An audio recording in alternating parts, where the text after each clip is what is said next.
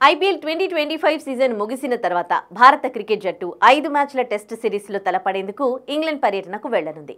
అయితే ఈ టూర్కు team India captain Rohit Sharma అందుబాటులో ఉంటాడా లేదా అన్నది ఇంకా క్లారిటీ లేదు. పేలవ ఫామ్ కారణంగా ఇంగ్లాండ్తో సిరీస్కు దూరంగా ఉండాలని రోహిత్ శర్మ నిర్ణయించుకున్నట్లు పలు రిపోర్టులు పేర్కొంటున్నాయి.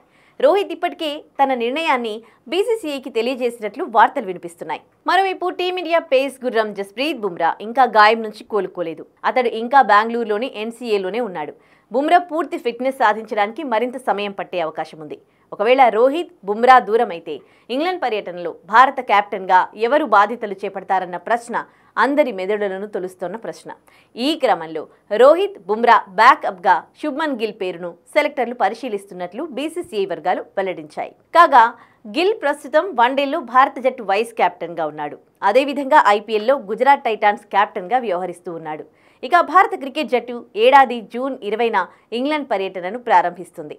మొదటి టెస్ట్ మ్యాచ్ హెడింగ్లీలోని లీడ్స్ వేదికగా జరగనుంది. తదుపరి 4 టెస్టులు Edgbaston, Lord's, Old Trafford, Oval వేదికలపై జరగనున్నాయి. అంతకంటే ముందు భారత ఏ జట్టు 2 అనధికారిక టెస్టు మ్యాచ్లు ఆడనుంది.